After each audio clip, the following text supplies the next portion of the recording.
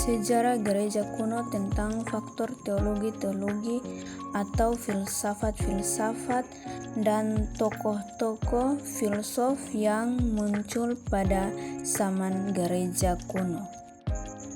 Filsafat zaman Yunani Romawi berusaha memberi pegangan baru kepada manusia. Salah satu filsafat Yunani yang berpegang adalah filsafat Platonisme. Aliran ini berasal dari Plato pada tahun 375 sebelum Masehi. Pada abad ketiga, aliran ini dapat berbentuk yang baru dalam filsafat Platonis yang diberi nama Neoplatonisme. Ciri-ciri utama filsafat Platonisme adalah bahwa Allah berada jauh, tak terhingga di atas dunia dan manusia. Tentang Dia tidak dapat diungkap dengan apapun. Ia tidak bergerak, tidak bertindak, tidak memperkenalkan diri, tidak mempunyai nama, tetapi daripadanya mengalir nous, artinya roh pemikiran. Selain itu juga mengalir logos, yaitu firman yang menyatakan nous Allah di dalam roh manusia. Dan dalam tata tertib dunia ini, nous dan logos merupakan pengantar antara Allah dengan manusia serta dunia. Mereka bersifat ilahi, tetapi kadar keilahiannya tidak sampai kepada kesempurnaan mutlak. Jadi dalam filsafat ini, hakikat Allah dipahami secara bertingkat. Sebelum filsafat lahir, muncul berbagai mitos tentang kelahiran filsafat. Berbagai mitos berupa menjelaskan asal mula dan peristiwa yang terjadi di alam semesta serta sifat-sifat peristiwa itu.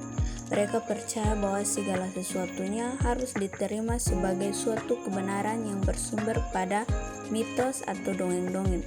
Artinya suatu kebenaran lewat akal pikiran atau logos tidak berlaku. Yang berlaku hanya suatu kebenaran yang bersumber pada mitos atau dongeng-dongeng. Setelah pada abad ke-6 sebelum Masehi muncul sejumlah ahli pikiran yang menentang adanya mitos. Mereka menginginkan pertanyaan tentang misteri alam semesta ini jawabnya dapat diterima akal atau rasional. Upaya para ahli pemikiran untuk mengarahkan kepada suatu kebebasan berpikir ini, kemudian banyak orang yang mencoba membuat suatu konsep yang dilandasi kekuatan akal pikir secara murni. Maka timbullah peristiwa ajaib, the Great Miracle, yang artinya dapat dijadikan sebagai landasan peradaban dunia. Socrates adalah seorang filsuf Yunani dan dianggap sebagai bapak filsafat barat. Platon adalah muridnya yang paling terkenal dan kemudian mengajarkan Aristoteles. Aristoteles kemudian mengajarkan Alexander Agung. Dengan perkembangan ini dapat disimpulkan bahwa filsafat Yunani pertama kali dikembangkan oleh Socrates yang kemudian tersebar di seluruh dunia, yang pertama ditaklukkan oleh Alexander Agung. Socrates lahir pada tahun 469 sebelum Masehi. Ayahnya adalah seorang pematung yang bernama Sopharinchus dan ibunya bernama Peanarete, seorang bidan. Socrates belajar musik, senam, dan tata bahasa ketika masih muda. Pelajarannya pada umumnya dipelajari anak-anak muda Yunania dan kemudian mengikuti profesi ayahnya sebagai pematung. Dikisahkan bahwa ia adalah seorang seniman yang luar biasa, dan patungan Grace yang dibangun di jalan menuju Akropolis telah dikagumi. Hingga abad kedua Masehi, Socrates menunjukkan prestasi yang luar biasa ketika menjadi tentara dan ketika bertempur di Potieda untuk menyelamatkan nyawa untuk Jenderal Alcibiades. Karena ia tidak suka terhadap urusan politik, maka ia mengundurkan diri dari dunia politik dan lebih senang memikirkan filsafat. sehingga ia dalam keadaan yang sangat miskin. Zaman keemasan, kebebasan, dan pendidikan di Athena, banyak guru berkeliling Yunani untuk mendidik kaum muda. Socrates adalah salah satu guru yang paling terkenal di antara guru-guru ini. Banyak guru pada zamannya mengajarkan bahwa seseorang harus memikirkan konsekuensi dari tindakan sebelum membuat keputusan. Socrates mengajarkan bahwa konsekuensi tidak penting. Apa yang paling penting adalah bahkan kita selalu melakukan apa yang benar. Dia percaya bahwa jika sesuatu benar, tidak masalah apa yang akan terjadi pada diri kita, maka kita harus melakukannya. Socrates juga mengajarkan murid-muridnya untuk berpikir sendiri. Dia menciptakan metode pengajaran yang sekarang dikenal sebagai metode Socrates, yang membuat siswa berpikir jernih dan mempertanyakan cara mereka berpikir saat ini. Socrates tidak pernah mengemukakan pemikirannya dalam bentuk tulisan, tetapi pemikirannya dalam bentuk perbuatan dan ucapan. Socrates berpendapat bahwa filsafat adalah cara menjalani kehidupan.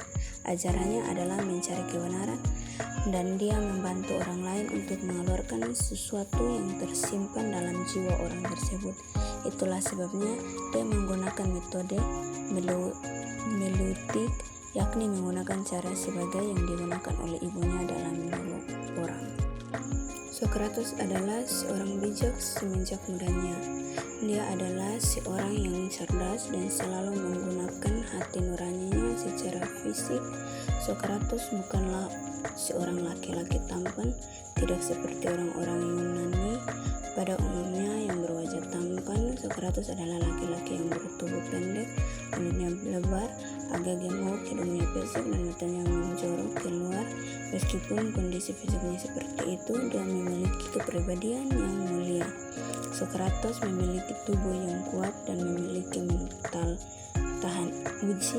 Bahkan ia pernah berjalan di atas salju pada musim dingin tanpa mengeluh sama sekali dengan kaki telanjang atau tanpa alas kaki. Pada zaman Yunani kuno, pertanyaan-pertanyaan seperti apakah tujuan hidup ini, apakah perlunya ilmu pengetahuan, apakah kebahagiaan itu, apakah kebaikan itu, sering diajukan. Dan Socrates berusaha untuk menjawab pertanyaan-pertanyaan tersebut.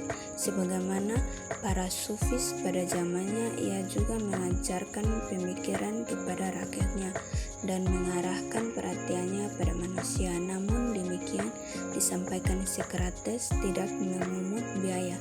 Dia juga menolak relativisme dan meyakinkan kebenaran objektif. Dia juga tidak mendorong orang untuk mengikuti pemikirannya, tetapi hanya mendorong mereka untuk memiliki pengetahuan dan sadar akan diri mereka sendiri.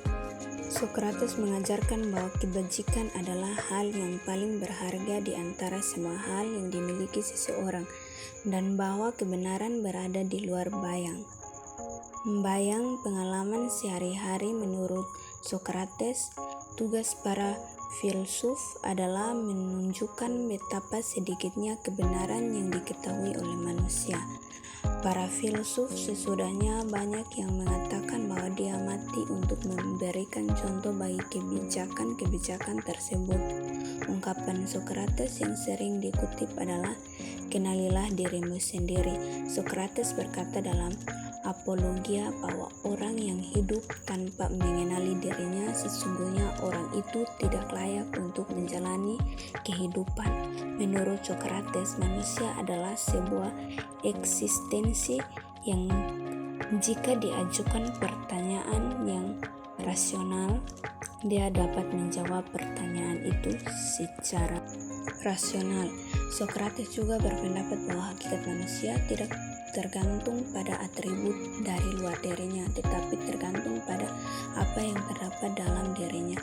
Semua atribut yang diberikan dari luar tidak ada maknanya. Oleh karena itu, harta, jabatan, popularitas, bahkan pandaian, semuanya tidak penting. Hal yang paling penting dalam kehidupan itu menurut Socrates adalah keadaan yang ada dalam hati nurani manusia. Socrates berpendapat bahwa jiwa manusia adalah intisari manusia, sehingga manusia harus mendahulukan kebahagiaan jiwanya dan memperbaiki jiwanya. Keadaan batinnya hendaknya lebih didahulukan daripada keadaan lahiriah.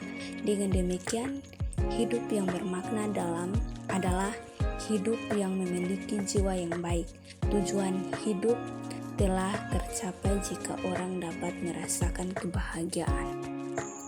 Platon lahir di Athena pada tahun 428 sebelum Masehi dan meninggal pada tahun 347 sesudah Masehi pada usia 80 tahun. Platon lahir dari keluarga aristokrat. Platon adalah murid Socrates yang mendedikasikan hidupnya untuk mencari kebenaran dan ia tidak menikah. Platon adalah filsuf pertama yang mendirikan universitas yang bernama Akademia di Athena. Platon menghabiskan hidupnya menjadi penulis dan pengarang di akademia. Ia menulis beberapa tema penting yaitu tentang politik, negara, etika, teologis, dan lainnya. Beberapa karya tersorot Platon adalah Republik, Nomos, De Lau, Symposius, Apologia. Menurut Platon, dunia kehidupan manusia terdiri dari dua dunia, yaitu dunia ide dan dunia indrawi atau kenyataan. Platon meyakinkan bahwa dalam diri manusia memiliki ide bawaan, yaitu dunia idea dalam dirinya. Platon menghendaki kehidupan bernegara ditata menurut cita-cita keadilan, yaitu keadilan bagi semua orang.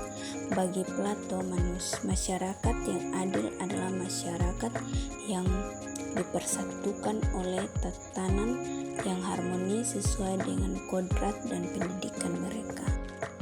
Menurut Plato, puncak kesadaran hakiki manusia adalah sadar akan idea yang baik.